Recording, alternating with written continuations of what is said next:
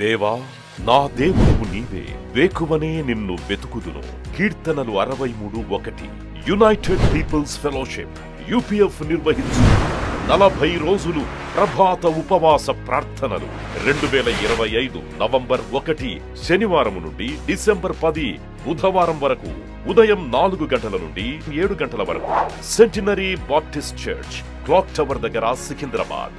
భయపడకుడి, జడియకుడి, ఈ యుద్ధము మీరు కాదు, దేవుడే జరిగించును. 2వ దినవృత్తాంతము 20:15. ఆహ్వానించువారు ప్రభువు దాసురాలు జాయ్ చెరియన్ గారు, వ్యవస్థాపక అధ్యక్షురాలు మరియు సీనియర్ పాస్టర్, యూపీఎఫ్ హైదరాబాద్. వివరములకు 9505047718 9030757571. అవసరతలో ఉన్న వారికి ప్రత్యేకమైన ప్రార్థనలు చేయబడును. గమనిక: రామ్నగర్ ఈ సేవా కేంద్రము నుండి సెంటినరీ బాప్టిస్ట్ చర్చ్ వరకు బస్సు సౌకర్యం కలదు. అందరికీ ఆహ్వానం. ఉపవాస ప్రార్థన శక్తి, దురుద్దేశంతో కూడిన ప్రార్థన, ప్రేయర్ విత్ రాంగ్ ఇంటెన్షన్స్. మంచి ఉద్దేశంతో ప్రార్థనలు చేయాలి. ఏ ప్రార్థన? నువ్వు ప్రార్థన అంటేనే దేవునితో మొరపెట్టుకుంటున్నావు. నీవు ప్రార్థన అంటే దేవదేవునితో, ఆకాశమును భూమిని సర్వ సృష్టికి ఆది సంభూతుడైన దేవునితో మాట్లాడుతున్నావు. దేవునితో మాట్లాడడానికి తెగించినావు. మరి దేవునితో సహవాసము, దేవునితో సంధి, దేవునితో సమయం గడుపుతున్నావు. కాబట్టి ప్రార్థన అంటే అంత సునాయాసం కాదు, అంత అల్లాటప్పగా తీసుకోకూడదు. నువ్వేం మాట్లాడుతున్నావు దేవునితో, అది చాలా జాగ్రత్తగా ఉండాలి. మంచి మనస్సాక్షితో దేవునికి అడిగిన ప్రతి కార్యం కూడా నెరవేరుతుంది. అందుకే యేసు క్రీస్తు రక్త ప్రోక్షణ ద్వారా పవిత్రత పొందిన తర్వాత, పాప క్షమాపణ పొందిన తర్వాత, పవిత్ర హృదయంతో, నిర్మలమైన మనస్సాక్షితో ఆయన సన్నిధిలో నీవు చేరాలి. అంటే నీవు కనికరింపబడి సమయోచితమైన సహాయం కొరకు ధైర్యంగా దేవుని కృపాసనం యొద్దకు వస్తున్నావు. Prayer is the most powerful thing in the whole world. ప్రార్థన అనేది అణుశక్తిని కూడా మించిన శక్తి. అణుశక్తి కేవలం భూమిని కంపింపజేస్తుందంట. ప్రార్థన దేవుని సింహాసనాన్ని కుదిపేస్తుందంట. దేవుని స్తోత్రం, హల్లెలూయా. Prayer can move God's throne. కాబట్టి దేవుని సన్నిధికి వచ్చినప్పుడు ఏదో కొన్ని మాటలు మాట్లాడి విస్తారంగా వల్లించడం, తర్వాత దేవుడు నీ మనవి అంగీకరించినాడని మోసపోవడం, అది నీకు తగదు. మత్తయి సువార్త 6వ అధ్యాయంలో ప్రభువు కొండ మీది ప్రసంగంలో నువ్వు ఎలా ప్రార్థన చేయాలని చక్కగా నేర్పించినాడు. మీరు ప్రార్థన చేసినప్పుడు వేషధారుల వలె ఉండకూడదు. ఈరోజు ప్రసంగం ఉపవాస ప్రార్థన, దురుద్దేశంతో చేసే ప్రార్థనల గురించి మనం ధ్యానిస్తున్నాం. ఉపవాసం ఉండడం మాత్రం కాదు, నువ్వు దేని కొరకు ఉపవాసం ఉన్నావు, నువ్వు అసలు ప్రార్థన ఎందుకు చేస్తున్నావు, వాట్ ఈజ్ యువర్ ఇంటెన్షన్, నీ హృదయంలో మరి నీ ఉద్దేశం ఏంటి? ఉపవాసం ఉండి ప్రార్థన చేయడానికి నీ యొక్క ఉద్దేశం చాలా పవిత్రంగా ఉండాలి, స్పష్టంగా ఉండాలి. ఇక్కడ మత్తయి సువార్త 6:5లో అంటాడు, మీరు ప్రార్థన చేయనప్పుడు వేషధారుల వలె ఉండకూడదు. మనుషులు కనబడవాలని సమాజ మందిరంలోనూ వీధుల మూలల్లోనూ నిలిచి ప్రార్థన చేయటం వారికి ఇష్టం. వారు తమ ఫలం పొంది ఉన్నారని నిశ్చయంగా మీతో చెప్పుచున్నాను. 3 పర్యాయములు ఇక్కడ 6వ అధ్యాయంలో, మత్తయి సువార్త 6వ అధ్యాయంలో clear intention. The believer should have a very clear heart, clean heart, పరిశుద్ధమైన మరి తలంపులతోనే ఉండాలి. వేషధారుల వలె ఉండొద్దు మీ ప్రార్థన అని అంటున్నాడు. మొట్టమొదటి అంటున్నాడు, దాన ధర్మాలు చేసినప్పుడు కూడా మనుషులకు కనబడవాలని మీ నీతి కార్యాలు చేయకండి. మీరు ధర్మము చేస్తే, మంచి కార్యాలు చేస్తే, ఎవరికైనా దానం ఇస్తే కూడా మీ కుడి చేతితో వేసింది ఎడమ చేతికి తెలియనవసరం లేదు. ఎందుకంటే రహస్యంగా చూచు నీ తండ్రి నీకేమిస్తాడు, ప్రతిఫలం ఇస్తాడు. హల్లెలూయా. రెండోసారి అంటే మీరు ప్రార్థన చేసేటప్పుడు కూడా మనుషులు వినాలని చేయకండి, మనుషులకు మీరు భక్తుల వలె కనబడాలని చేయకండి. మనుషులు మీ దీర్ఘమైన ప్రార్థన విని శభాష్ అనాలి అనే ఉద్దేశంతో మీరు చేయకండి. కొన్నిసార్లు ప్రార్థన చేసినప్పుడు ఎంత వ్యాకరణంతో, ఎంత అందమైన భాషతో, మరి ఎంత జ్ఞానం ఉన్నదని ఇతరులు అనుకునే రీతిగా ప్రార్థనలు చేస్తారు. వారి ఫలం అప్పుడే వారు పొందుకున్నారు. దేవుడు అట్టి ప్రార్థనలకు ఎక్కువ విలువ కట్టాడు. కాబట్టి యథార్థ హృదయుల ప్రార్థన ఆయనకు ఆనందకరం అంట. దేవుని స్తోత్రం. God delights in the prayer of the righteous. నీతిమంతులు ప్రార్థన చేసినప్పుడు దేవుడు ఆనందిస్తాడట. నీతిమంతుడు చేసే మనపూర్వకమైన ప్రార్థన బహు బలం గలదై ఉంటుందంట. దేవుని స్తోత్రం. కాబట్టి నువ్వు ప్రార్థన చేసేటప్పుడు చాలా తక్కువ మరి నిన్ను ఎంచుకోవాలి. నేను ఎంచుకున్నప్పుడు చాలా తక్కువగా అంచనా వేయాలి. చాలా గొప్పవాడివని, గొప్పదానివని, అంతా సాధ్యమని. అలా కాకుండా దీన హృదయంతో ప్రార్థన చేయాలి. ఒక వేషధారి వలె ఉండొద్దట ప్రార్థన చేసేటప్పుడు. దాన ధర్మాలు చేసేటప్పుడు వేషధారిగా ఉండొద్దట. తిరిగి 3వ పేరాలో, లాస్ట్ పేరాలో ఏముందంటే 16 నుండి 18 వచనాలు, ఉపవాసం ఉన్నప్పుడు కూడా మనుషులు చూడవాలని ఉండకూడదు. నువ్వు రహస్యంగానే ఉండాలి. నేను దీర్ఘకాలం ఉపవాసం చేస్తున్నానని డంబాలు పలకకూడదు అన్నమాట. ఎందుకంటే 3 పర్యాయములు కూడా దాన ధర్మం చేసేటప్పుడు, ప్రార్థన చేసేటప్పుడు, ఉపవాసం ఉన్నప్పుడు పదే పదే ఆ మాట ఉంది, రహస్యమందు చూచు నీ తండ్రి నీకు ప్రతిఫలం. 3 పర్యాయములు ఉందండి. మత్తయి సువార్త 6:4లో ఉంది, 6:6లో ఉంది, 6:18లో కూడా ఉంది. 3 times it is there. The Father who sees you in secret will reward you openly. కాబట్టి ఈరోజు మనం ప్రార్థన చేసే విధానము పరిశుద్ధ గ్రంథము ఏమంటుంది అంటే, కొందరు ప్రార్థన చేసినప్పుడు ఉద్దేశాలు సరిగా ఉండవు. ఏమని ప్రార్థన చేస్తారు? కొందరికి కసితీర ప్రార్థన చేస్తారు. ఎవరి మీదనో కోపం ఉంటుంది, వాడు చచ్చిపోవాలని ప్రార్థన చేస్తారు. అది దేవుని చిత్తం కానే కాదు. నాకు ఒక తల్లి తెలుసు. ఆ తల్లి ఏం చేసిందంటే, వాళ్ళ బిడ్డకు అన్యాయం జరిగింది. ఒకడు బిడ్డను మోసం చేసినాడు. మోసం చేసి వాడు తిరుగుతున్నాడు. బిడ్డ కాలేజీ నుండి వస్తుంది, మరి ఒక్కసారి బయటపడ్డది. పాపం దాగదు కదా. బయటపడినప్పుడు చాలా తల్లి ఎంత శ్రమపడే తల్లికి చాలా వేదన కలిగింది. ఆ తల్లి ప్రార్థన చేస్తే నేను విన్నాను, దేవా వాని కాళ్ళు విరగొట్టు అని ప్రార్థన చేసింది. వాని కాళ్ళు విరగొట్టడం మన పని కాదు, దేవుడే చూసుకుంటాడు. పగ తీర్చుట నా పని, ప్రతీకారం యెహోవాకు చెందినది. కాబట్టి దేవుని చిత్తానుసారమైన ప్రార్థన అట్టి పరిస్థితుల్లో ఏం చేయాలి అంటే, నువ్వు తప్పకుండా కన్నీళ్లతో వేడుకోవాలి, దేవా నాకు న్యాయము చేయమని ప్రార్థన చేయొచ్చు. లేక ఎవరైతే నీ బిడ్డను మరి పాడు చేసినారో వాడిని క్షమించమని, వానికి మారుమనసు కలుగజేయమని ప్రార్థన చేయాలి. ఈ బిడ్డను మార్చమని ప్రార్థన చేయాలి. దేవా గొప్ప కార్యాలు చేయండి తండ్రి, మేము ఇంకా నీ యందు ఆశ కలిగి ఉన్నామని ప్రార్థన చేయాలి. చేసిన తప్పును క్షమించమని ప్రార్థన చేయాలి. అంతేగాని వాడి కాళ్ళు ఇరగొట్టాలి, వాడు మంచం ఎక్కాలి, వాడు పోతూనే వాడు మరి బండి కింద పడాలి, లారీ కింద పడాలి, ఇటువంటి ప్రార్థనలు ఎప్పుడు కూడా చేయవద్దు. ఎందుకంటే అలాంటి ప్రార్థనలు నీ మీదకే వస్తుంది, రివర్స్ కొడతాయి అన్నమాట. ఆ స్త్రీ ఎవరైతే ప్రార్థన చేసినారో ఆమెకు అది సంభవించింది. ఆమె దీర్ఘకాలము పడక మీద పడి ఉండేది నేను చూసినాను. కాబట్టి నెవర్ టేక్ రివెంజ్ఫుల్ ప్రేయర్. ఎప్పుడు అలా ప్రార్థన చేయదు. కొందరు ప్రార్థన చేస్తే, దేవా నన్ను చంపయ్యా, నేను చస్తే బాగుండు. ఆ మాట కూడా ఇంట్లో ఎప్పుడు కూడా ప్రార్థన చేసేవారు అనకూడదు. ఈ మాట నీ నోటికి రాకూడదు ప్రార్థన చేసేవారు.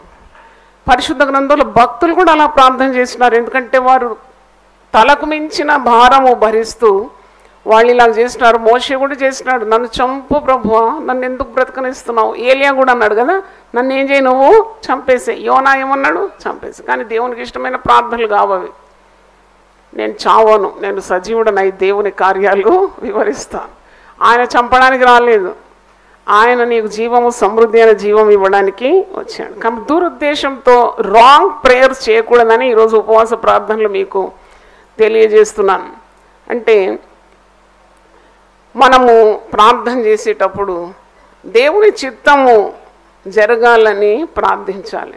కొందరు ప్రార్థన చేయడం నేను విన్నాను, అయినా వాళ్ళు ఎంత మాకు కీడు చేసినారు అంతకంటే రెట్టింపు కీడు వారికి చెయ్యి, లేక మా పిల్లోడు పాస్ కావాలి, పక్కింటి పిల్లోడు ఫెయిల్ కావాలి, ఇలాంటి ప్రార్థనలు చేస్తారు చాలామంది. కొన్ని పెళ్ళిళ్ళు కాకుండా పెటాకులు కావాలని ప్రార్థన చేస్తాను, కొన్ని కుటుంబాలు విడిపోవాలని కసితీరా ప్రార్థనలు అన్నమాట. ఆ ప్రార్థనలు ఎప్పుడు చేయకూడదు. దేవుడు ప్రేమ స్వరూపి, నీ హృదయము ప్రేమతో నింపబడాలి. దేవుని స్తోత్రం, హల్లెలూయా. When your heart is filled with love you will get the reply from God. అంటే దేవుడు ఎప్పుడు కూడా తన దృష్టి నీతిమంతుల మీద ఉంటుంది. భక్తిహీనులు ప్రార్థన చేస్తే దేవునికి అయిష్టం అంట. భక్తిహీనుల ప్రార్థనలు యెహోవాకు హేయం. ఎందుకంటే వాళ్ళకి తెలియదు దేవుని చిత్తానుసారంగా ఎలా ప్రార్థించాలో, వారికి తెలియదు. మనం దేవుని వాక్యాన్ని పఠిస్తున్నాం కాబట్టి we know how to pray. మన రోల్ మోడల్ ఎవరు ప్రార్థనలో? యేసు ప్రభువే. కొన్నిసార్లు ప్రార్థన చేస్తారు ఏమని, నాకు ఫలానా ఉద్యోగం వచ్చి తినాలి. మళ్ళీ దేవునికి ఒక డెడ్ లైన్ ఇస్తారు చాలామంది. ఇది దేవునికి ఇష్టమైంది కాదు. నేను ఎప్పుడు అలా ప్రార్థన చేయలేదు. నేనెవరు డెడ్ లైన్ ఇవ్వడానికి? నా లైఫ్ లైన్ అంతా దేవుని చేతిలో ఉంటే నేను దేవునికి డెడ్ లైన్ ఇచ్చి ఈ తారీఖు లోపల నా కార్యం జరగాలి. మనం ఎవరం? దుమ్ము ధూళితో సమానం. దేవుని అడగడానికి అంత తెగించిన వారు ఎవరున్నారు? నీ ఇష్టాలేంటో దేవునికి బయలుపరచడంలో తప్పేం లేదు. You can let know your desires. అవును ప్రభు, నేను ఇది ఆశిస్తున్నాను, అయినా నా చిత్తము కాదు, నీ చిత్తమే నా జీవితంలో జరగాలి. ఎంత బాగుంటుందా ప్రార్థన! అదే ప్రార్థన యేసు ప్రభు మనకు నేర్పించినాడు. గెత్సెమనే తోటలో మరి లోక పాపములు మోసుకొని పోతున్న దేవుని గొర్రెపిల్ల ఆ చేదు గిన్నెలోనిది త్రాగడం అంటే అన్ని శ్రమలు అనుభవించడం. సర్వలోక పాప పరిహారార్థం తన ప్రాణము పణంగా పెట్టాలంటే ఎంత కఠిన శ్రమ అది. పటు బాధలు అనుభవించాలి, ప్రాణం అర్పించాలంటే ఎంత భయంకరమైన కార్యం. అప్పుడు మరి ఇది వదిలిపెట్టిపోదామా? అందుకే ఇది నా శరీరము సిద్ధంగా లేదు, ఆత్మ సిద్ధంగా ఉంది అంటున్నాడు. ఆత్మ సిద్ధంగా ఉంది కానీ శరీరము బలహీనంగా ఉంది. అప్పుడు ఎవరి సహాయం కోరుతున్నాడు? తండ్రి అయిన దేవుని సహాయం కోరుతున్నాడు. కొన్ని కార్యాలు నీకు చేయడానికి ఆత్మ ఎంతో సిద్ధంగా ఉంటుంది. నాకు అదే ఉంది ఇప్పుడు పరిస్థితి నాది. My spirit is so fast, my mind is very fast, I have so many ideas. ఎన్నెన్నో చేయాలి యూపీఎఫ్ అని అనుకుంటున్నాను, కానీ శరీరం అనుకూలించదు. అప్పుడు నిజంగా నేను అప్పుడు ఎవరిని అడగాలి సహాయము? దేవుని అడగాలి. నా బలహీనతలో ఆయన శక్తి సంపూర్ణం చేస్తాడు. అందుకే పౌలు అంటాడు, నా శక్తి చేత కాదు, ఆయన శక్తి నా మీద నిలుస్తుంది. నేను ఎప్పుడు బలహీనుడనో అప్పుడే నేను బలవంతుడు. అవును, బలహీన సమయంలో ఆయన బలమిచ్చి తన బిడ్డలకు నడిపిస్తాడు. కాబట్టి you to totally lean on God. పిల్లకు పెళ్లి చూపులు వచ్చింది, నీకు పిల్లోడు నచ్చినాడు కాబట్టి ఇదే పిల్లోడు కావాలని ప్రార్థన చేయదు. అది దేవుని చిత్తం అయితే జరగాలి. దేవుని చిత్తం అయితే ఇది జరుగుతుందండి. కొందరు పెళ్లి కార్డులు ఎంత చక్కగా రాసుకుంటారు, గాడ్ విల్లింగ్. ఆ మాట నాకు చాలా ఇష్టం. God willing. దేవుని చిత్తం అయితే మరి నా కూతురు ఈ పేరు లేక ఆ బాబుతో దేవుని చిత్త ప్రకారం ఈ కార్యము జరుగుతుంది. చాలా మంచిది అది. దేవుని చిత్తం అయితే నేను ఆ కార్యం చేస్తాను, దేవుని చిత్తం కాకుంటే వద్దు అంటే that is the perfect prayer. దేవుడు ఎప్పుడు కూడా తన బిడ్డలను బలపరచడానికి తన కనుదృష్టి లోకమంతా తిరుగుతున్న యథార్థ హృదయాలను, తన ఎడల యథార్థ హృదయాలను బలపరచడానికి తన కనుదృష్టి లోకమంతా తిరుగుతుంది, సంచరిస్తుందని వాక్యంలో ఉంది. కాబట్టి ఈరోజు మన ప్రసంగ అంశం ఉపవాస ప్రార్థన, దురుద్దేశంతో కూడిన ప్రార్థనకు జవాబు రాదు. యాకోబు పత్రిక 4వ అధ్యాయము 2, 3, 4 మీరు చూడండి. మీరు ఆశించుచున్నారు కానీ మీకు దొరకటలేదు, నరహత్య చేయుదురు, మత్సరపడుదురు కానీ సంపాదించుకొనలేరు, పొట్లాడుదురు, యుద్ధం చేయుదురు కానీ దేవుని అడగనందున మీకు ఏమీయూ దొరకదు. 2 కార్యాలు ఉందండి ఈ మాటల్లో. మీరు అడగడం లేదు, మీకు పొందుకోవడం లేదు. మీరేమీ అడగడం లేదు కాబట్టి మీకు దొరకడం లేదు. మీరు అడిగిన ఒకవేళ మీరు అడిగినా కానీ మీరు ఎలాగ అడుగుతున్నారు? తప్పు త్రోవలో అడుగుతున్నారు. మీరు అడిగినను మీ భోగముల నిమిత్తం వినియోగించుటకై దురుద్దేశముతో అడుగుదురు కనుక మీకేమీ దొరుకుట లేదు. మీరు అడిగేది దేవుని చిత్త ప్రకారం లేదు. మీరు అడిగేది మీ భోగముల నిమిత్తం అడుగుతున్నారు. సంతృప్తి లేని జీవితాలు చాలా చూస్తూ ఉంటాం మనం. దేవుడిచ్చిన దాంతో తృప్తి లేకుండా ఇంకా అది కావాలి, ఇది కావాలి, అన్నీ కావాలి. ఎన్ని నువ్వు పొందుకున్నా నువ్వు వెళ్ళేటప్పుడు ఏది నీ వెంట రాదు. దేవుడిచ్చిన దాంతో సంతుష్టి సహితమైన దైవభక్తి చాలా గొప్ప లాభం. చాలామంది ప్రార్థనా పరులను నేను చూసినాను, దురాశ కలిగి ఉంటారు. God will supply your need but not your greed అంట. పౌలు భక్తుడు ఫిలిప్పీలకు రాసిన పత్రిక 4వ అధ్యాయము 13లో అంటాడు కదా, నన్ను బలపరచు అని అందు నేను సమస్తము చేయగలను. 19లో అంటాడు, నా దేవుడు తన ఐశ్వర్యం చొప్పున క్రీస్తునందు మహిమలో నా ప్రతి అవసరత తీరుస్తాడు. కానీ నా ప్రతి దురాశ తీరుస్తాడని ఉందా? భోగాశలు లేక నా లోకాశలు తీరుస్తాడని లేదు. నీ అవసరత తీరుస్తాడు. He will supply your need but not your greed. కాబట్టి నువ్వు అడిగేటప్పుడు కూడా దేవుణ్ణి అడిగేటప్పుడు మరి దేవుని చిత్త ప్రకారమే ప్రార్థన చేయాలి. ఇక్కడ చూడండి, మొదటిది అంటాడు 2 కార్యాలని చెప్పాను కదా, యాకోబు పత్రిక 4వ అధ్యాయము 2 నుండి 4వ వచనం. మీరు అడుగారు, చాలా మట్టుకు అడుగారు, అందుకే పొందుకోవడం లేదు. అడగాలి, నీకు ఏం కావాలనో అడగాలి. రెండవది దేవుని చిత్త ప్రకారము అడగాలి. మొదటి అడగడమే లేదు, ఎందుకంటే ప్రార్థన జీవితం చాలామందికి లేదు. నన్ను అడిగితే ప్రార్థన జీవితం లేకుండా ఉండడం చాలా బుద్ధిహీనత. ఈ దినాల్లో పనులు ఎక్కువ పెట్టేది సాతాను.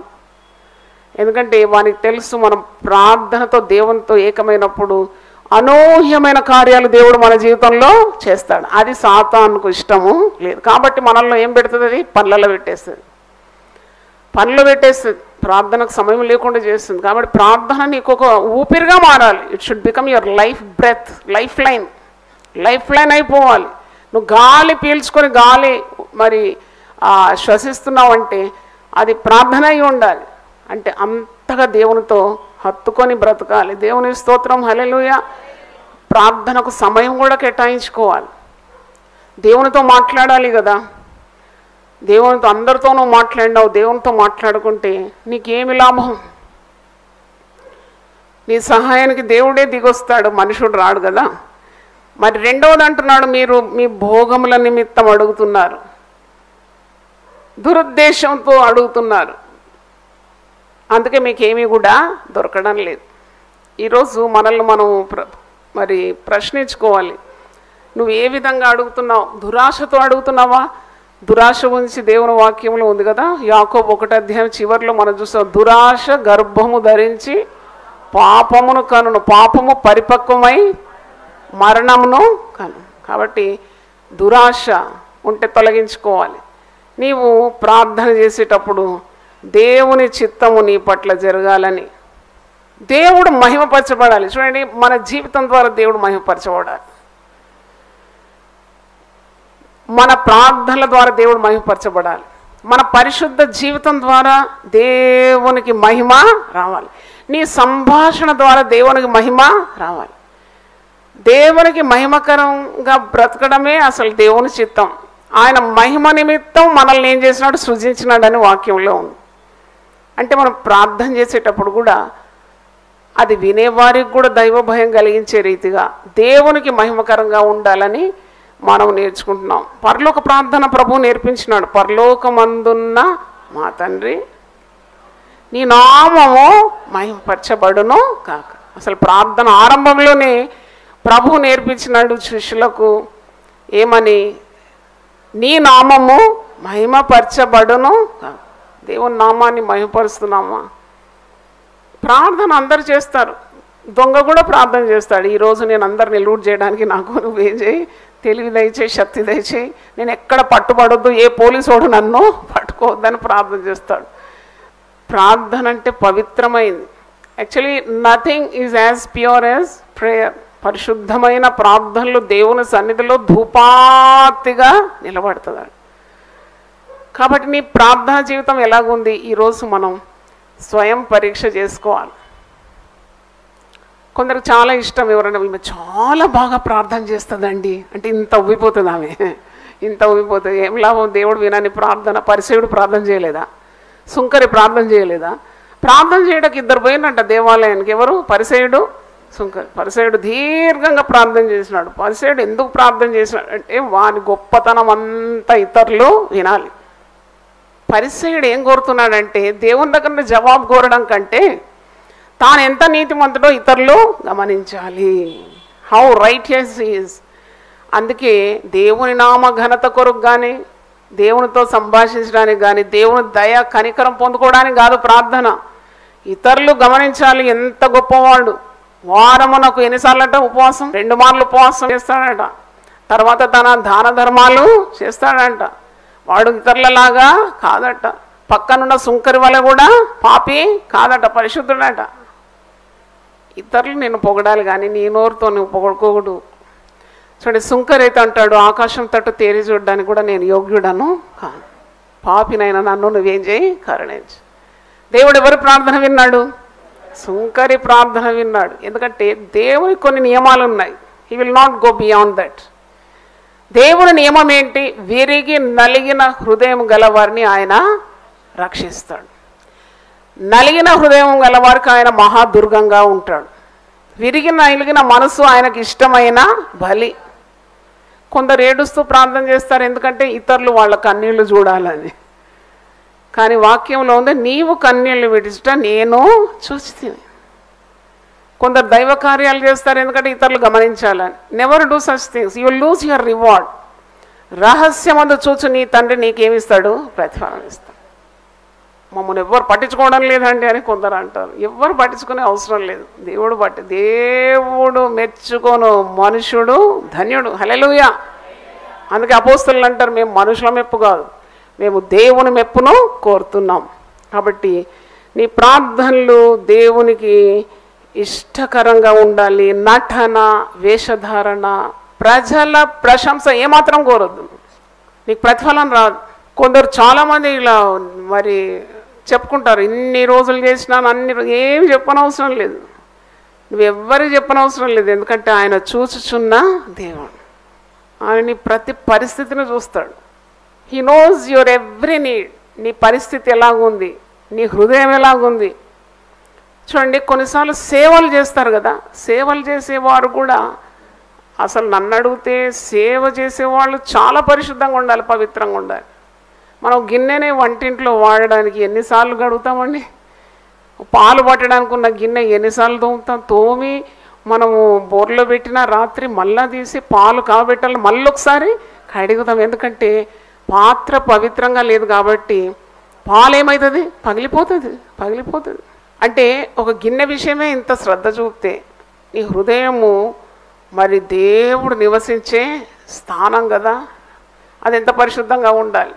నీ ప్రార్థన ఎంత పవిత్రంగా ఉండాలి. అందుకే ప్రభు ఒక మాట అంటాడు, నీవు ప్రార్థన చేసినప్పుడు ఏది అడిగినా నీకు ఇష్టమైనది అడుగు, నేను ఇస్తాను. ఇష్టమైంది ఎలాగో? దేవుని బిడ్డలు అడిగేదంతా దేవుని చిత్త ప్రకారమే అడుగుతారు. కాబట్టి నువ్వు ప్రార్థన చేసేటప్పుడు చాలా భయభక్తులతో ప్రార్థన చేయాలి. అల్లాటప్పగా నోటికొచ్చింది విస్తారంగా ప్రార్థన చేయడం ద్వారా వాళ్ళు అనుకుంటారట దేవునికి తొందరగా ప్రార్థన విన్నారని.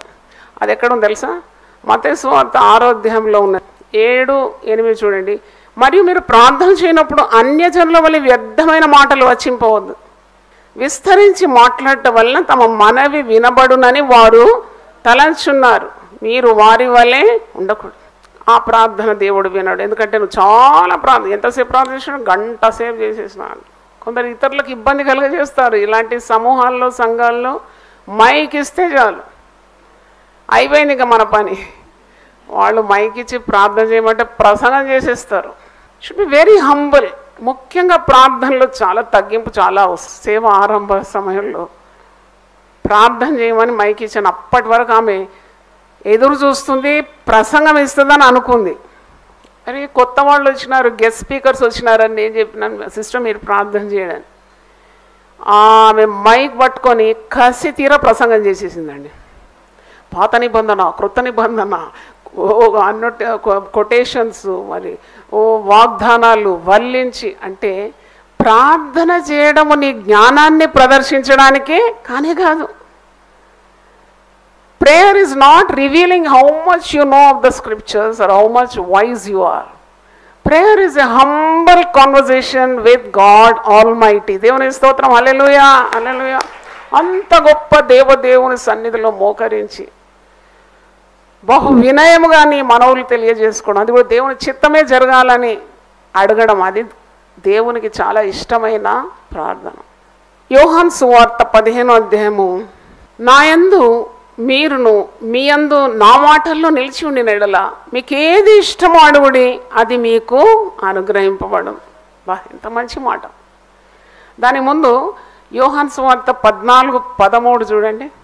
మీరు నా నామమున దేని నడుగుదురో తండ్రి కుమారుని యందు మహిమపరచబడుటకై దానిని నేను చేతును. తండ్రి కుమారుని యందు మహిమపరచడమే తండ్రి చిత్తం. కనుక తండ్రి మహిమపరచబడతాడు మీరు అడిగి పొందుకుంటే. To God be the glory. అవును, ప్రార్థనకు నాకు జవాబు వచ్చిందంటే మనుషులు నన్ను చూసి అబ్బా ఎంత ప్రార్థనా పరుడు, ఎంత ప్రార్థనా పరుడు, వాడు చేసిన ప్రార్థనలన్నీ దేవుడు అంగీకరించినాడనే మెప్పు కొరకు కాకుండా నీ ప్రార్థనలకున్న జవాబు దేవునికి మహిమకరంగా ఉండాలి. To God be the glory. అందుకే అంటున్నాడు, నన్ను అడగండి, మీకు ఏది ఇష్టమో అడుగుడి, నా నామమున మీరు ఏది అడుగుతారో తండ్రి కుమారుని యందు మహిమపరచబడుటకై దాన్ని నేను చేస్తాను. హల్లెలూయా. And your intention should be so pure. Lord, by answering this prayer, let your name be glorified. హల్లెలూయా. ఈ రోగం వచ్చింది, దేవా నాకు మోకాళ్ళ నొప్పి లేస్తుంది, చాలా నొప్పి ఉంది దేవా, ఈ మోకాళ్ళ నొప్పి వెళ్ళిపోవాలా, నేను దీన్ని గెంటి వేస్తున్నాను. నేనేం ప్రార్థన చేయాలంటే, ప్రభువా ఈ మోకాళ్ళ నొప్పి ఇచ్చినందుకు కూడా నీకు వందనాలు తెలియజేస్తున్నాను, దేవుని స్తోత్రం. అప్పుడు నా శక్తి ద్వారా కాదు ఈ కార్యాలు జరిగేది, కేవలం నీ ఆత్మ ద్వారానే ఈ కార్యాలు జరుగుతుంది. ఆ శ్రమ ద్వారా నేను నేర్చుకునే సందేశాలు ఎన్నుంటాయి, ఎంత అద్భుతంగా ఉంటుంది ఆ అనుభూతి. ఈ నొప్పి నాకు కలుగజేసిన, ఈ నొప్పిని తొలగించమని కాకుండా ఈ నొప్పిలో నాకు ఎన్ని పాఠాలు నేర్పించినావయ్యా, అసలు నీ కార్యాలన్నీ నీ కృపచేతనే నేను చేయగలిగినాను. Stop, look and proceed. Speed బ్రేకర్లు ఇస్తాడు కదా రోడ్డు మీద, ఆగు, ఇది నీ శక్తి నీ బలము కాదు, కేవలము నా ఆత్మ ద్వారా ఈ కార్యము జరిగింది. ఒకసారి చప్పట్లు కొట్టి దేవుని మహిమపరుద్దాం. అందుకే 14:14లో మాట ఉంది, నా నామంలో మీరు నన్నేమి అడిగినను నేను చేస్తాను. దేవుని నామము మహిమపరచబడడానికి మీరు ఏదడిగినా చేస్తాడు దేవుడు. ఏదడిగినా అంటే the end result should be glorifying God. హల్లెలూయా. మొదటి సమూయేలు గ్రంథంలో హన్న ఒక కుమారుని అడుగుతుంది కదా. కుమారుని ఎందుకు అడుగుతుంది? చాలామందిని అడిగితే గర్భిణీ స్త్రీలను, ఎందుకమ్మా నీ కుమారుడు లేక గొడ్రాళ్ళని అడిగి నీ కుమారుడు కావాలంటున్నావు, ఎందుకంటే మరి ఎవరు చూస్తారమ్మా ముసలితనంలా, ఎవరైనా చూడాలి కదా మనల్ని. కానీ హన్న అడిగింది అలా కాదండి, స్వార్థంగా అడగలేదు. మొదటి సమూయేలు 1వ అధ్యాయము 11వ వచనం, సైన్యములకు అధిపతి యెహోవా నీ సేవకురాలైన నాకు కలిగి ఉన్న శ్రమను చూచి నీ సేవకురాలైన నన్ను మరొక జ్ఞాపకము చేసుకొని నీ సేవకురాలైన నాకు మగపిల్లలను దయచేసిన వాని తల మీదకి క్షౌరపు కత్తి ఎన్నటికి రానియక వాడు బ్రతుకు దినములన్నిటను నేను వానిని యెహోవాకు నీకు అప్పగింతునని మ్రొక్కుబడి చేసుకుంది. ఆమె ఎందుకు అడుగుతుంది? ఆమె గొడ్రాలు, ఆమె పిల్లలే లేరు. ఒక మగపిల్లని అడుగుతుంది, మగపిల్లవాడిని నువ్వు నాకు ఇస్తే నేనేం చేస్తాను? నీకే ఇచ్చేస్తాను. అప్పుడు దేవుని నామము మహిమపరచబడుతుందా లేదా? తప్పకుండా దేవునికి నామం మహిమ. ఇదొక ఇశ్రాయేల్లో అప్పుడు ప్రవక్తనే లేడు. ఇశ్రాయేల్లోకి వెళ్ళిన గొప్ప ప్రవక్తగా దేవుడు సమూయేలును ఆశీర్వదించినాడు. దేవుని స్తోత్రం, హల్లెలూయా. Israel, among the Israelites, there was no prophet like Samuel the prophet, because the mother prayed for the glory of God. నువ్వు నాకు గర్భం తెరిచి నాకు ఒక మగబిడ్డని ఇస్తే, ఎందుకు నీకు మగబిడ్డ? అబ్బాయి గొడ్రాలని నిందపోవాలి, ఎక్కడెక్కడ నేను అవమానం పొందిన అక్కడంతా నాకు ఘనత దయచే. కొందరు ప్రార్థన చేస్తారు కదా, ఎక్కడెక్కడ నన్ను మనుషులు తృణీకరించినారు అక్కడంతా నాకు గొప్ప కీర్తి పేరు దయచేయి. ఇలాంటివన్నీ ప్రార్థనలు మానేయాలి. నువ్వేం ప్రార్థన చేయాలంటే, నువ్వు నాకేమి ఇచ్చినా అవి నీకే చెందుతుంది. దేవుని స్తోత్రం. అవును, నేను ఎప్పటి నుండో ప్రార్థన చేస్తున్నాను. నాకు 3 పిల్లలను దేవుడు ఇచ్చినాడు శారీరకంగా. ఆ 3 కూడా 2 ప్రార్థనలు అయితే ఎప్పుడు నిరంతరం చేస్తాను. ఒకటి, వారికి దేవుని భయం దయచేయి. రెండవది, వారు దేవుని సేవలో నిమగ్నమై ఉండాలి. ఈ 2 కార్యాలు అయితే పర్మనెంట్గా అడుగుతూ వచ్చాను. ఇవ్వడా?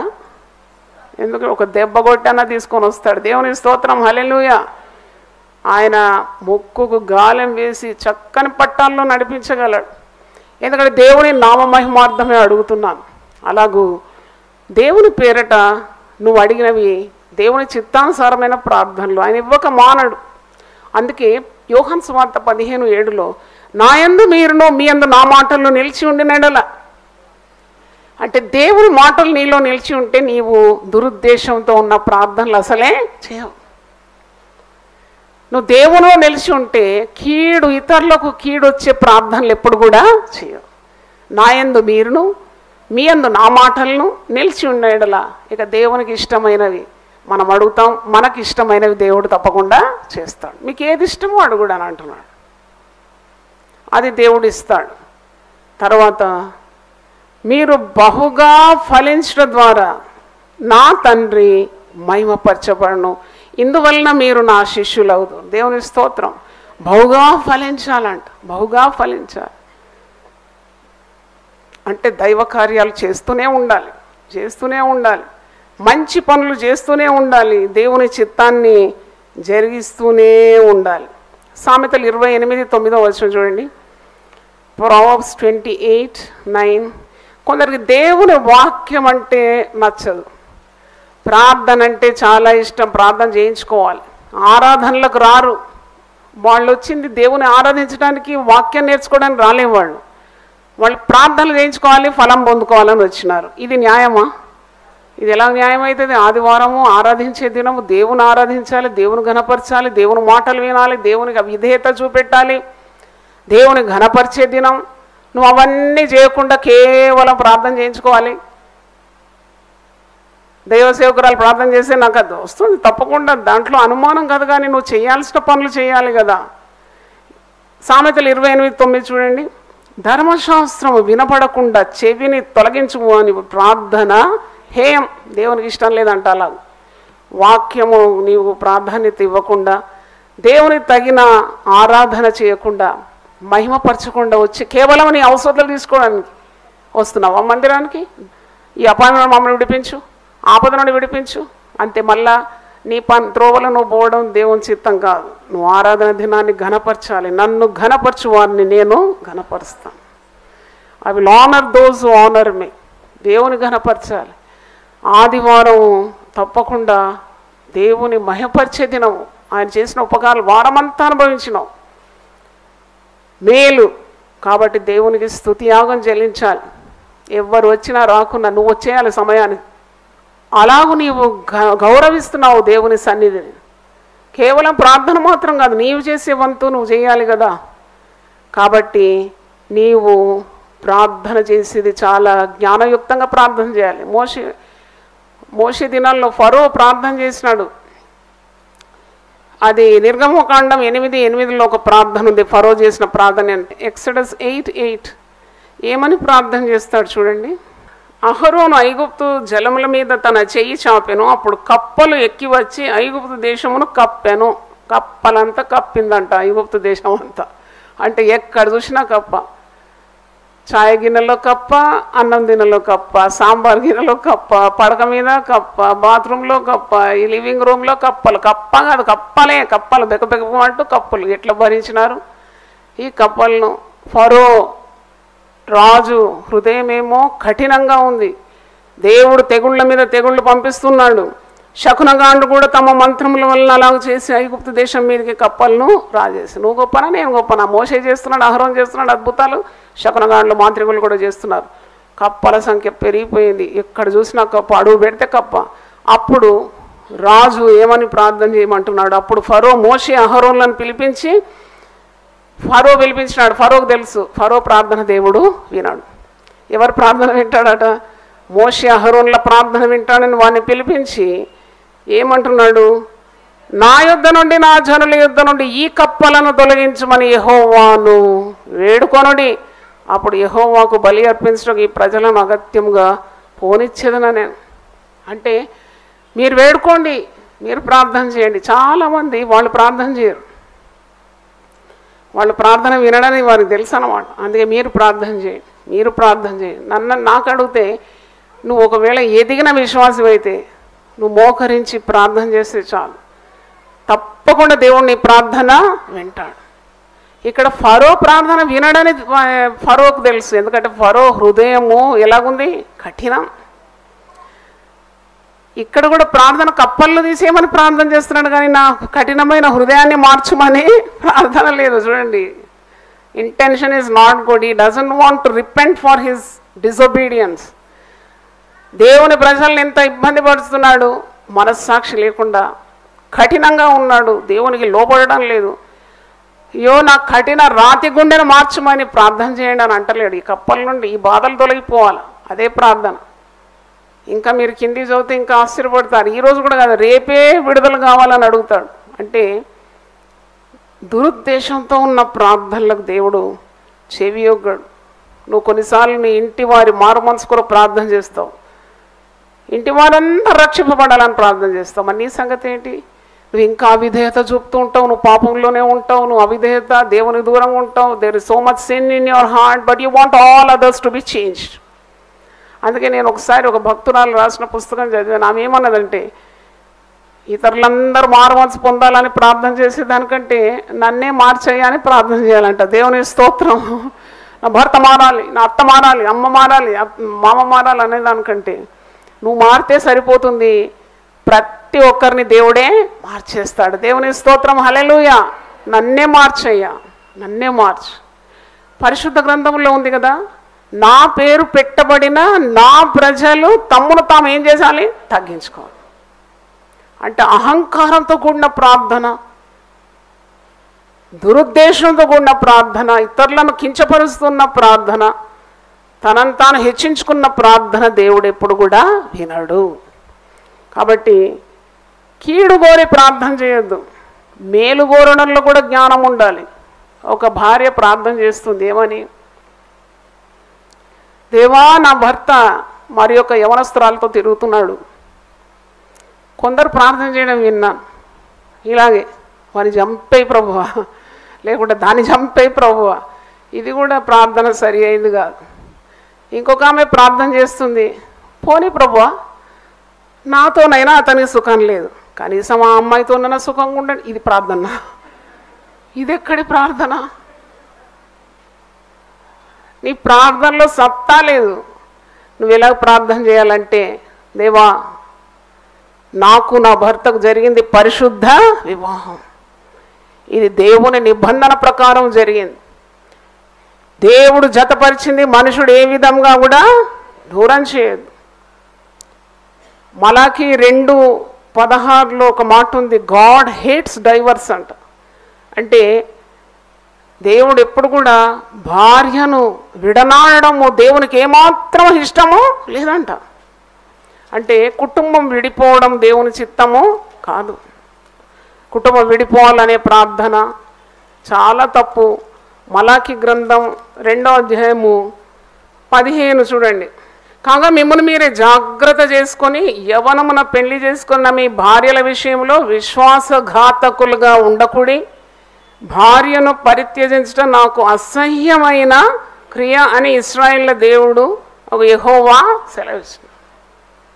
అంటే భార్యను పెళ్లి చేసుకున్న కష్టాల్లో, దుఃఖాల్లో, మరి ఆ రోగంలో, కలిమిలో, మరి అన్ని సంపన్న అన్నీ కలిసి మేము ఉంటామని ఒడంబడిక చేసుకున్నావు, పరిశుద్ధ వివాహం చేసుకున్న తర్వాత నీకు ఇష్టం వచ్చినట్లు భార్యను వదలడం, ఆ భార్య భర్తను వదలడం, అది దేవుని చిత్తం ఏమాత్రం కాదు. పాపంలో నీ భర్త లేక భార్య ఉంటే నువ్వు తప్పకుండా ప్రార్థన చేయాలి, దేవా రెస్టోర్ అవర్ ఫ్యామిలీ లైఫ్, తిరిగి మమ్మల్ని నువ్వేం చేయాలి? కట్టాలి. దేవుడు తప్పకుండా నీ పక్షాన ఉండి నీకు విజయం ఇస్తాడు. దేవుని స్తోత్రం. హల్లెలూయా. అలాగే స్త్రీ ప్రార్థన ద్వారా తన కుటుంబాన్ని కట్టుకుంటుంది. ప్రార్థన చేస్తుంది, ఉపవాసం ఉంటుంది. అంటే ప్రార్థన ద్వారా ఆమె కుటుంబాన్ని చక్కగా కట్టుకుంటుంది. ప్రతిరోజు ఇక్కడ కౌన్సిలింగ్ జరుగుతుంది, మీకు తెలుసో లేదు. భార్య భర్తలు పోట్లాడుకున్నారట, పరిశుద్ధ వివాహం. మరి ఆమె చిన్నపిల్ల 25 ఏళ్ళు లేదు, ఆమె ఒక చక్కని 2 ఏళ్ల పాప కూడా ఉంది. భర్త కోపగించినందుకు రాత్రి 10-10:30కు ఆటో పెట్టుకొని తల్లిగారింటికి వచ్చింది. ఇంత ప్రమాదంతో నిండిన దినాల్లో ప్రార్థన తెలుసు, వాక్యం తెలుసు, సహవాసానికి వస్తుంది, మందిరానికి వస్తుంది. ఇంతేనా భక్తి అంటే? ఏం భక్తి అంటారు దీన్ని? సమస్యలు రాకుండా ఉంటుందా? కుటుంబంలో పరిస్థితులు తికమక కాకుండా ఉంటుందా? అన్ని సమయాలు ఒకే రీతిగా ఉంటుందా? చూడండి, దేవుని వాక్యం నీలో విత్తబడితే తప్పకుండా నువ్వు వాక్యానుసారంగానే ఉంటావు. భర్త కోపగించినప్పుడు నిన్ను తగ్గించుకొని కొద్దిగా ప్రార్థన చేసుకొని, నాలో ఏం తప్పు ఉందో దేవా నువ్వు నన్ను క్షమించమంటే దేవుని కనికరం దిగిరాదా నీ కుటుంబం మీదకి? హల్లెలూయా. దేవుని సన్నిధిలో నువ్వు కన్నీళ్లు గాంచి ప్రార్థించినప్పుడు నీ భర్తకు మంచి మనసు ఇవ్వడా దేవుడు? తప్పకుండా దేవుడు కార్యం చేస్తాడు. ఏం సాధిస్తావు? మూట ముళ్ళ చదువుకొని కోపంతో రాత్రి 10 గంటలకు? ఎంత ధైర్యం!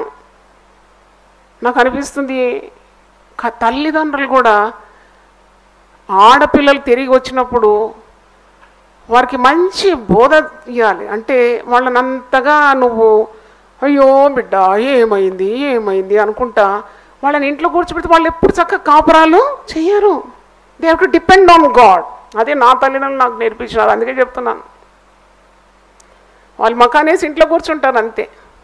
ఇరుగు పొరుగు వారు అందరూ అంటారు ఏమైంది ఏమైంది, వాళ్ళకి చాలా అవసరం కదా నీకేమైందో తెలుసుకోవడానికి. అలాగూ మీరు అపవాదికి ఏమి ఇవ్వద్దు, చోటివద్దు. ఇంట్లో దగాదైందంటే రాత్రి కాదు నువ్వు ప్రయాణం చేసేది, నువ్వు రాత్రి ప్రార్థన చేయాలి. నన్ను అడిగితే రాత్రి నువ్వేం చేయాలి? కన్నీళ్లు గార్చి ప్రార్థన చేయాలి. ఆటో ఎక్కి, అది కూడా వాడు ఎవడో దుర్మార్గుడు మనకు తెలియదు, ఎక్కడికి తీసుకెళ్తాడో తెలియదు. ఆ రాత్రి ఎంత భయంకరమైన కార్యాలు చేస్తున్నారు అన్నీ తెలుసుకొని. ఇంత వాక్యం విన్న తర్వాత కూడా జ్ఞానం లేకుండా ఉంటే అది దేవునికి ఏమాత్రం ఇష్టము ఉండదు. నీ స్థితి బాగలేదంటే, నీకు తెలివి లేదంటే అడగాలి. ప్రతి దాంట్లో జ్ఞానం చాలా అవసరం. ప్రసంగి 10:10లో ఒక మాట ఉంది, కార్యసిద్ధికి జ్ఞానమే ప్రధానం. ఒక ఆర్డినరీ బిల్డింగ్ కట్టాలంటే ఎంత జ్ఞానం కావాలి? దాని మరి ఏ విధంగా కట్టాలి, అందంగా ఉండాలి, సుందరంగా ఉండాలి, ఎన్ని ప్రయత్నాలు చేస్తారు కదా, ప్రయాసపడుతుంటారు. మరి జీవితం ఒక కుటుంబం కట్టాలంటే ఎంత శక్తి కావాలి? నువ్వు పరిగెత్తిపోతే కార్యం అవుతుందా? నీవు ఇల్లు వదిలి భర్తను పిల్లలను వదిలేస్తే అది కార్యం సఫలం అవుతుందా? ఇది పురుషులకు కూడా వర్తిస్తుంది. చాలామంది ఇంట్లో గొడవ అయితే, ఆమె గయ్యాళిదైతే గమ్మున షర్ట్ వేసుకుంటారు, ప్యాంట్ వేసుకొని తొందరగా ఇల్లు వదిలేసి వెళ్ళిపోతారు. ఎక్కడో సెంటర్లో చౌరస్తాలో టీ తాగుకుంటా ఫ్రెండ్స్తో గడుపుతారు. దానికి it's not a solution to the problem. భర్తలు కూడా భార్యల కొరకు ప్రార్థన చేయాలి, భార్యలు భర్తల కొరకు ప్రార్థన చేయాలి, భార్య భర్తలు కలిసి పిల్లల కొరకు ప్రార్థన చేయాలి. అది దేవుడు ఏర్పరిచిన కుటుంబం చక్కగా ఉంటుంది. సాతానుడు ఎంత ప్రయత్నించినా అట్టి కుటుంబం పడిపోదు. దేవుని స్తోత్రం, హల్లెలూయా. దేవుని మాటల మీద కట్టుకున్న కుటుంబం ఎప్పుడు పడిపోదు. 3 పేటల త్రాడంట తెగదంట. 3 పేటలు అంటే భార్య, భర్త, దేవుడు. అంటే ఎంత జ్ఞానం కావాలి? కుటుంబంలో పాపం ఉండకూడదు, పాపంతో నీవు చెలగాటమాడొద్దు. పాపం ఉంటే తరిమి కొట్టాలి, అక్రమం ఉంటే తరిమి కొట్టాలి. ఒక స్త్రీకి ఎంత మరి బాధ్యతలు ఉన్నాయండి. She has to be a prayerful women. అంటే మీరు ఎప్పుడు స్త్రీల గురించి చెప్తారంటే నేను కాదు, వాక్యంలోనే ఉంది. జ్ఞానవంతరాలు ఏం చేస్తుందట వీలుగాడు, నేను అంటలేను, వాక్యమే అంటుంది. అంటే షీ కెన్ డూ మచ్. తర్వాత స్త్రీలు మొరపెట్టి ప్రార్థన చేసినప్పుడు కఠినలు కూడా మారు మనసు పొందుతారు. పైగా ప్రార్థన చేయవారి పట్ల కృప చూపెట్టడానికి దేవుడు ఎలాంటి వాడంట? ఐశ్వర్యవంతుడు. దేవుని స్తోత్రం, హల్లెలూయా. There is no problem that God cannot solve. దేవుడు చేయలేని ఏ కార్యం లేదు. 37వ కీర్తన 4వ వచనం, యెహోవాను బట్టి ఆనందించు, ఆయన నీ హృదయ వాంఛలను తీరుస్తాడు. నువ్వు దేని బట్టి ఆనందిస్తున్నావు? ఫార్ములా తప్పుతేనే మనకు జవాబు రాదు. మ్యాథమెటిక్స్ స్టూడెంట్ నేను కూడా. నువ్వు సరిగ్గా ఫార్ములా అప్లై చేయలేదు, నీకు జవాబు రాదు. నువ్వు దేని బట్టి ఆనందిస్తున్నావు? దేవుని బట్టి ఆనందించు, ఆయన ఆజ్ఞలను బట్టి ఆనందించు, ఆయన సన్నిధిని బట్టి ఆనందించు, ప్రార్థనలో ఆనందించు. అప్పుడు నీ హృదయ వాంఛలు ఆయన ఏం చేస్తాడు? తీర్చేస్తాడు. కానీ నువ్వు ఆనందిస్తావు. పక్కన వాళ్ళు, అక్కలమ్మలు, ముసలమ్మ ముచ్చట్లు, షికారులు, కబుర్లు, షాపింగ్లు, మళ్ళీ నీ హృదయ వాంఛలు ఎట్లా తీర్చబడుతుంది. కాబట్టి ఆ నియమాల్లో చేసిన ప్రతి కార్యాన్ని దేవుడు గౌరవిస్తాడు. దేవుని స్తోత్రం, హల్లెలూయా. కాబట్టి ఈరోజు మనము దురుద్దేశంతో కూడిన ప్రార్థనలు చేయకుండా మరి దేవుని చిత్తానుసారంగా ఉన్న ప్రార్థనలు చేయడానికి నేర్చుకున్నాం. తప్పుడు ప్రార్థనలకు స్వస్తి చెప్పి దేవుని వాక్యం ఎలా బోధిస్తుంది, దేవుని ఇష్టమే జరగాలని నువ్వు ప్రార్థన చేయాలి. దేవుని చిత్తం నా జీవితంలో జరగాలి. నాయన ఎన్ని శ్రమలైనా నేను అనుభవిస్తాను, ఎన్ని బాధలైనా నేను అనుభవిస్తాను, ఆయన నీ చిత్తమే సిద్ధించును కాక. ఎందుకంటే యూ నో బెటర్ దాన్ మీ. నా తలంపులు నీ తలంపులు భూమికి ఆకాశం ఎంత ఉన్నతంగా ఉందో అంత ఉన్నతంగా నా పట్ల ఉన్నది. నువ్వు అన్యాయస్తుడవు కావు. సర్వశక్తుడు అన్యాయం చేయుట అసంభవం అని యోబు అంటాడు. దేవుని స్తోత్రం. తలలు వంచండి, ప్రార్థన చేసుకుందాం. నాయన నీ పాదములకు స్తోత్రం చెల్లిస్తున్నాను. ఉపవాస ప్రార్థన శక్తి శీర్షికలు 22వ ప్రసంగం ఉపవాస ప్రార్థన. దురుద్దేశంతో కూడిన యాచనల గురించి మేము ధ్యానించినాము. కీడు కోరడం కానీ, ఇతరుల మీద కసితీర ప్రార్థనలు కానీ, ద్వేషభావంతో ప్రార్థనలు చేయడం కానీ, ఇతరుల నాశనం కోరి ప్రార్థన చేయడం కానీ, ఇతరులకు మరి ఇబ్బంది కలిగించే ప్రార్థనలు చేయకుండా యథార్థంగా ప్రార్థన చేయడానికి మాకు సహాయం దయచేయండి. దేవుని చిత్తానుసారమైన ప్రార్థన నువ్వు వినడానికి ఎప్పుడు కూడా ఆలస్యం చేయవు నాయనా. నా పేరిట మీరు నన్ను ఏమడిగినా దాన్ని చేస్తానన్నావు. దేవునికి మహిమ కలుగు రీతిగా మా ప్రార్థనలు ఉండాలి, మా జీవితం ఉండాలని మేము కోరుతున్నాము నాయనా. మరి మమ్మునే మీరు మార్చుకోవాలని తండ్రి, మా హృదయంలో మీకు అసహ్యమైన ఏ కార్యమున్నా దాన్ని దూరం తొలగించి పవిత్రమైన పరిశుద్ధమైన ప్రార్థనలు మా నోటి నుండి రావాలని మేము కోరుతూ ప్రార్థిస్తున్నాము. నీ రక్తము ప్రతి దుర్నీతి నుండి మమ్మల్ని విడిపిస్తుంది కనుక, పవిత్రం చేస్తుంది కనుక నీకు వందనాలు. ఎంతోమంది ప్రార్థనలు చేస్తున్నారు, కానీ చక్కని విధానాల్లో చేయడానికి ఉన్న కృప మీరు దయచేయండి. భక్తిహీనుడు ప్రార్థన చేస్తున్నాడు, దేవుని వాక్యాన్ని ఆధారం చేసుకోకుండా సొంత తెలివితో ప్రార్థన చేస్తున్నాడు. భక్తిహీనుడు దేవుని వాక్యాన్ని చదవడు, ధర్మశాస్త్రాన్ని విననొల్లని చెవులు. అట్టి భక్తిహీనుల ప్రార్థన నాకు అసహ్యమని వాక్యము సెలవిస్తుంది. కాబట్టి దేవుని వాక్యానికి అనుగుణంగా నడుచుకుంటూ పరిశుద్ధ గ్రంథం ఏమి సెలవిస్తుంది దాని ప్రకారం విధేయత చూపుతూ మమ్మల్ని మేము తగ్గించుకొని దీన మనసుతో మేము చేసిన ప్రతి ప్రార్థనకు జవాబు మేము పొందుకుంటాం కనుక నీకు స్తోత్రం. నా పేరిట మీరు నన్నేం అడిగినా తండ్రి తన కుమారుని ద్వారా మహిమపరచబడుతున్నాడు కాబట్టి తప్పకుండా ఆ కార్యాన్ని చేస్తాడని ఇప్పుడే మేము వాక్యం నుండి నేర్చుకున్నాం. విన్న వాక్యాన్ని సాతానుడు అపహరించకుండా నీరు కట్టి ఫలింపజేయమని, సరి అయిన ప్రార్థనలు మాకు నేర్పమని, చిన్న బిడ్డలు కూడా చక్కని ప్రార్థనా జీవితంలో ఎదుగుటకు సహాయం దయచేయండి. యేసు పరిశుద్ధ నామములో అడుగుతున్నాను తండ్రి, ఆమేన్. దేవుడు మనల్ని సమృద్ధిగా దీవించునుగాక. దేవా నా దేవుడవు నీవే, వేకువనే నిన్ను వెతుకుదును. కీర్తనలు 63:1. యునైటెడ్ పీపుల్స్ ఫెలోషిప్ యూపీఎఫ్ నిర్వహించు 40 రోజులు ప్రభాత ఉపవాస ప్రార్థనలు 2025 నవంబర్ 1 శనివారం నుండి డిసెంబర్ 10 బుధవారం వరకు ఉదయం 4 గంటల నుండి 7 గంటల వరకు centenary Baptist church, clock tower దగ్గర, సికింద్రాబాద్. భయపడకుడి, జడియకుడి, ఈ యుద్ధము మీరు కాదు, దేవుడే జరిగించును. 2వ దినవృత్తాంతము 20:15.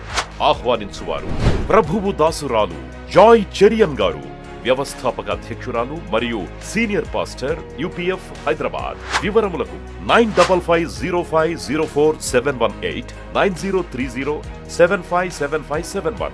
అవసరతలో ఉన్న వారికి ప్రత్యేకమైన ప్రార్థనలు చేయబడును. గమనిక: రామ్నగర్ ఈ సేవా కేంద్రము నుండి సెంటినరీ బాప్టిస్ట్ చర్చి వరకు బస్సు సౌకర్యం కలదు. అందరికీ ఆహ్వానం.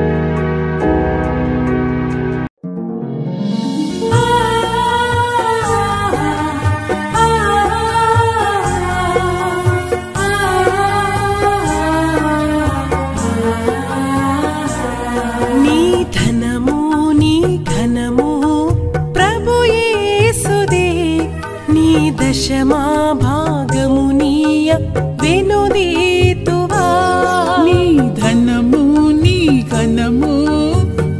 యేసుదే నీ దశమా భాగమునీయ వెనుదీతువా ధరలోన ధనధాన్యములనీయగా కరుణించి కాపాడి రక్షింపగా ధరలోన ధనధాన్యములనీయగా కరుణించి కాపాడి రక్షింపగా పరలోకనాదుండు నీకీయగా మరి యేసు కొరకీయ వెనుదీతువా పరలోకనాథుండు నీకీయగా మరి యేసు కొరకీయ వెనుదీతువా నీ ధనము నీ ఘనము ప్రభు యేసుదే నీ దశమా భాగమునీయ వెనుదీతువా పాడి పంటలు ప్రభువు నీకీయగా కూడు గుట్టలు నీకు దయచేయగా పాడి పంటలు ప్రభు నీకీయగా కూడు గుట్టలు నీకు దయచేయగా వీడంగ ప్రభు యేసు నామంబును గడువేల ప్రభుకీయ